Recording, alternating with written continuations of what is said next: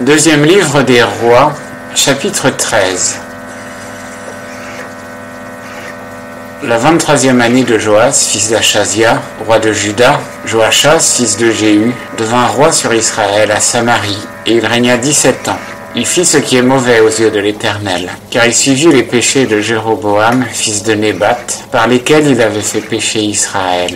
Il ne s'en détourna point. La colère de l'Éternel s'alluma donc contre Israël, et il les livra entre les mains de Hazaël, roi de Syrie, et entre les mains de Ben-Hadad, fils de Hazaël, durant tout ce temps-là. Mais Joachaz supplia l'Éternel, et l'Éternel l'exauça, car il vit l'oppression des Israélites. Il vit que le roi de Syrie les opprimait. L'Éternel donna donc un libérateur à Israël, et ils sortirent de dessous la puissance des Syriens. Ainsi les enfants d'Israël habitèrent dans leurs tentes, comme auparavant. Toutefois, ils ne se détournèrent point des péchés de la maison de Jéroboam, qu'il avait fait commettre à Israël. Mais ils y marchèrent, et même l'emblème d'Achéra subsista à Samarie, bien que Dieu n'eût laissé de troupes à Joachaz que 50 cavaliers, 10 chars et 10 000 hommes de pied. En effet, le roi de Syrie les avait détruits et rendus tels que la poussière qu'on foule aux pieds. Le reste des actions de Joachaz, tout ce qu'il fit, et ses exploits, n'est-il pas écrit au livre des chroniques des rois d'Israël?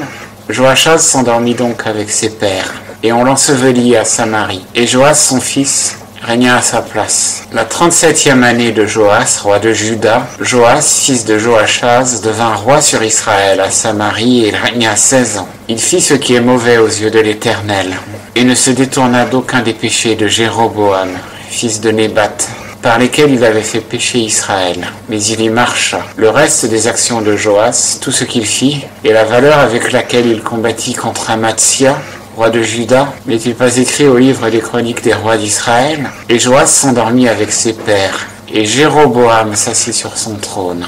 Et Joas fut enseveli à Samarie avec les rois d'Israël.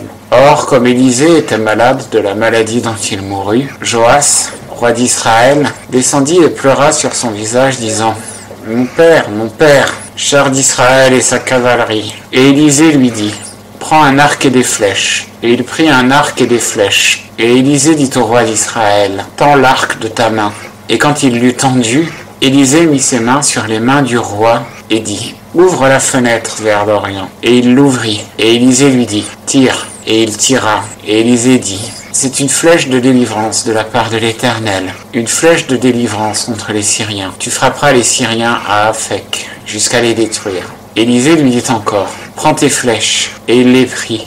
Et Élisée dit au roi d'Israël « Frappe contre terre. » Joas frappa 3 fois, puis s'arrêta. Et l'homme de Dieu s'irrita contre lui et dit « Il fallait frapper 5 ou 6 fois.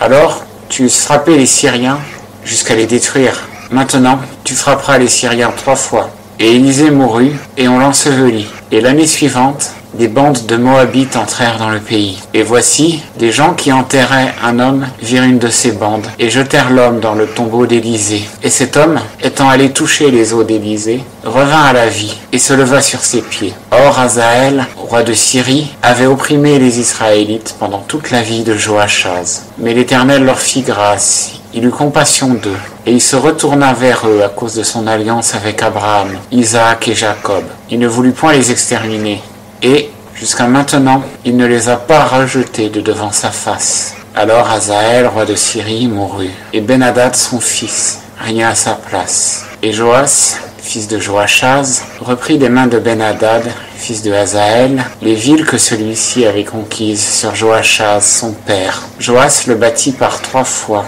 et recouvra les villes d'Israël.